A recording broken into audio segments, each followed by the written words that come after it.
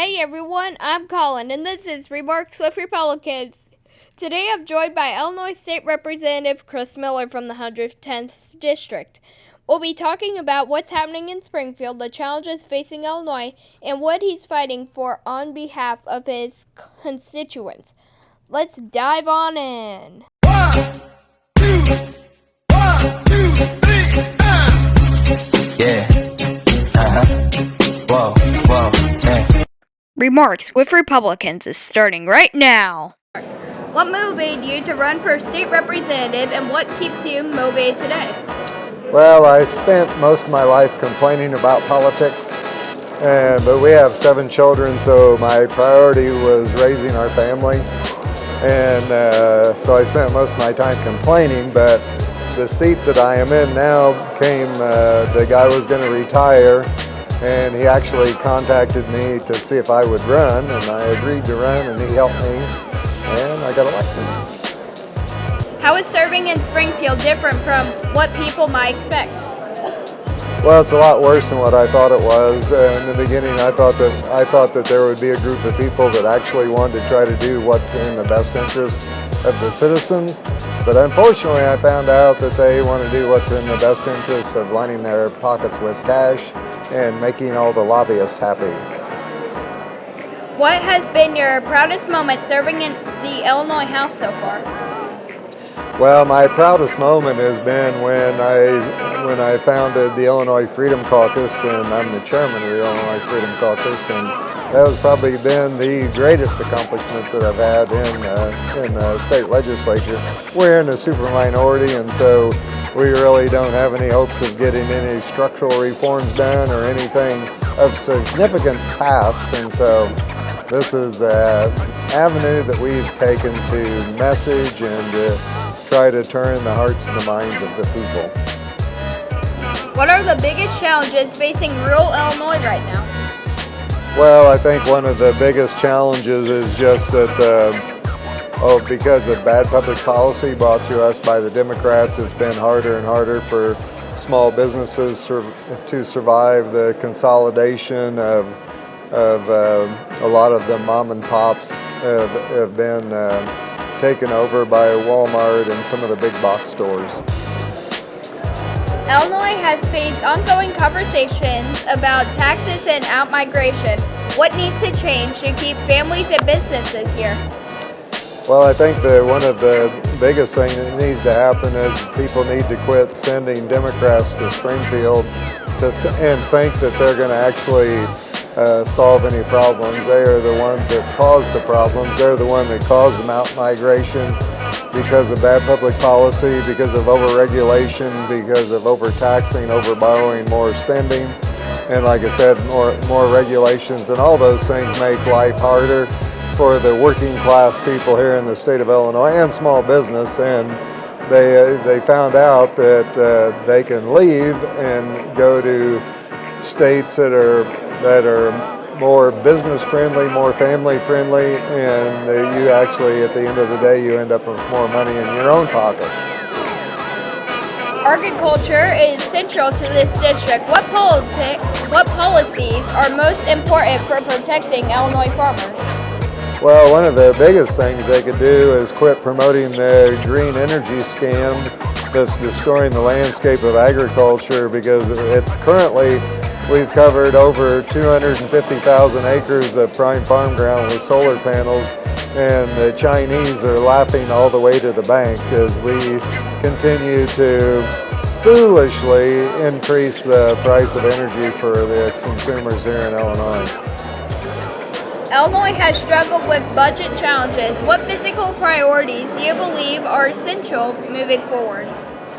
Well, I think one of the biggest things that needs to happen is that we don't have a revenue problem, we have a spending problem. I know that since I've been in office that Governor Pritzker has increased spending by almost $20 billion. And at the same time, we've lost a congressional seat, which means we've lost close to 1 million people.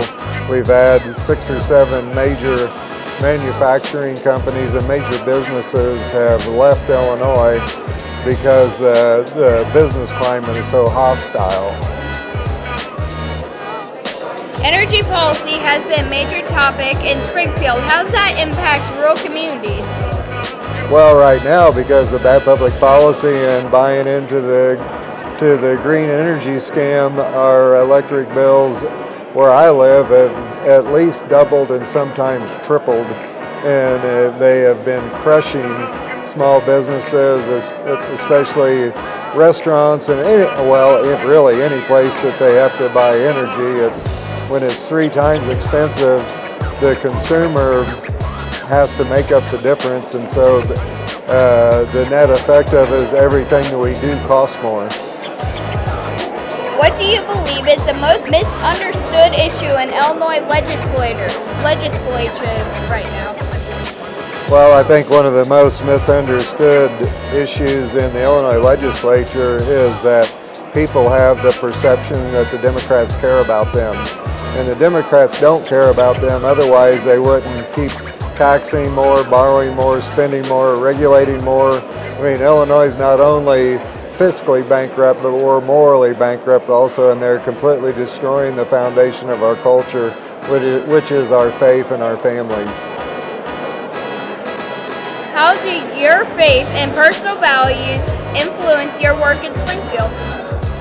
Well, they are the foundation that everything else is built on, as far as my experience in the legislature is, because I know that one of the reasons why the Freedom Caucus came into existence is because Republicans weren't voting like Republicans. The Republicans were voting to raise taxes. The Republicans were voting to make illegals policemen. The Republicans were voting to throw money at the green energy scam, and the list goes on and on.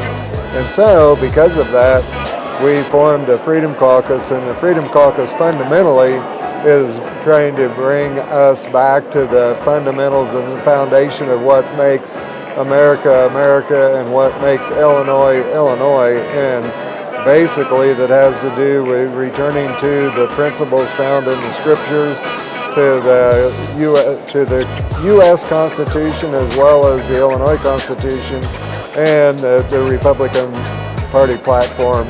That has to be the bedrock and the plumb line that you use when you're evaluating policy and making decisions. Have you ever had to take a stand that wasn't politically easy? Yeah, almost every day. I have to, because most of the, whatever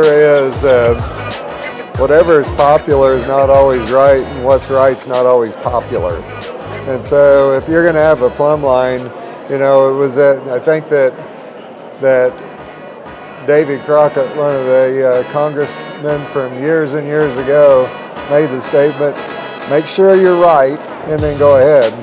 And if you know that you're right on the subject, it doesn't matter what the peer pressure is. I always like to say, I don't have peer pressure, I cause it. What qualities do you look for when supporting or endorsing other candidates? Well, I think, for example, we're endorsing Josh Higgins for state representative here in the 94th district, and I know that I haven't known Josh a long time, but I've known him long enough to know that his faith is very important to him, that his family is very important to him. He's served honorably in the U.S. Air Force, and he understands the value of hard work, and those qualities are something that will help him to be a good legislator. He's also committed to joining the Illinois Freedom Caucus, and I know that he will never vote to raise taxes, which his opponent can't say that. He will never make illegals policemen. His opponent can't say that. He will never vote for anything to do with the green energy scam. His opponent can't say that. And the list goes on and on. He will never have an F rating from his conservative CPAC score. His opponent can't say that. And so it's all about policy. It's not about personalities. is his opponent's been in office long enough that she has a really bad track record for voting for really bad stuff, and so Josh Higgins is a no-brainer. What does strong Republican leadership look like in Illinois right now? Well, right now it seems to me like that young Republican leadership needs to step up to the plate, because most of the time whenever I go to events, everybody's got gray hair like I do, and we need to be concerned about training up the next generation of young patriots to stand in the gates, to take our place and to reproduce ourselves. And I think that there's Charlie Kirk did a great job of trying to replicate himself, and I know that we need to be really concerned about the next generation coming up, because a lot of people have been brainwashed through the government school systems, and so that's the reason why it's so important to have institutions out there and freedom of education, being able to choose the methodology that you want to educate the next generation, and I think that competition makes everybody better, and I don't think that personally I would like to see our government schools to be excellent places of education, but until the system has to compete for dollars, it's never going to change. And so that's one of the reasons why I strongly support educational choice, because like I say, competition makes everybody better. What advice would you give to young conservatives who want to get involved in state politics? Well, I think my wife might have mentioned if you want to be a leader, you have to be a reader. And so it's important to fill your mind with good things that are pure, right, and lovely, like it talks about in Philippians 4:8.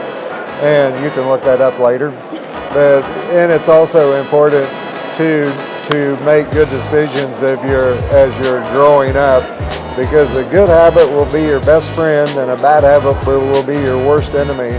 So it's important to live your life with the future in mind, to make good choices. Don't get arrested when you're young. I know one of the things, I don't drink alcohol because I've watched people destroy their lives by doing that, and they do a lot of stupid things. So I would strongly recommend don't smoke, don't drink, don't chew, and don't go with women that do. How about that? If a student watching this wants to serve Springfield someday, what's their first step?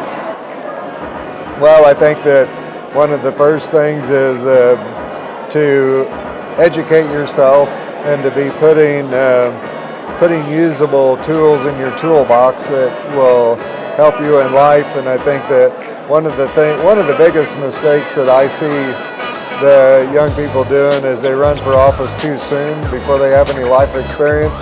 I think it's important to get an education, to get a job, to get married, to have a family, to run a family budget, and to do all the things that will help you be a better legislator.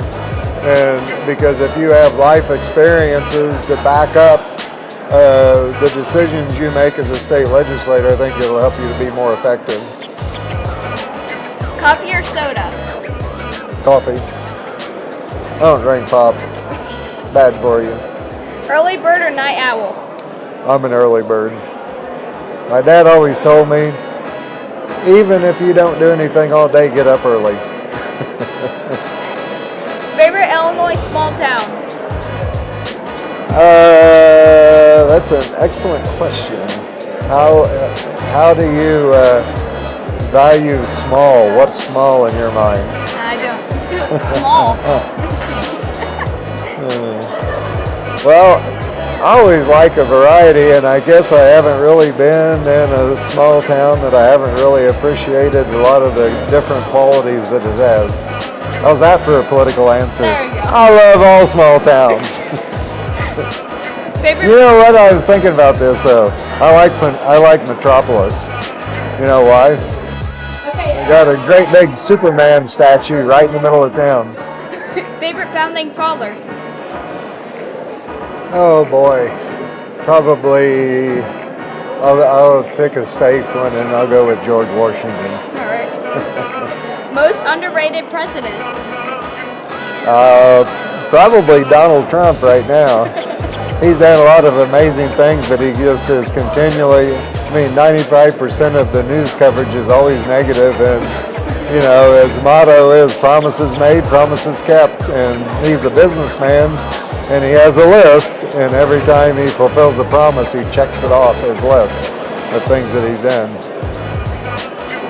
First job you ever had? The first job that I ever had that I got paid for Sure.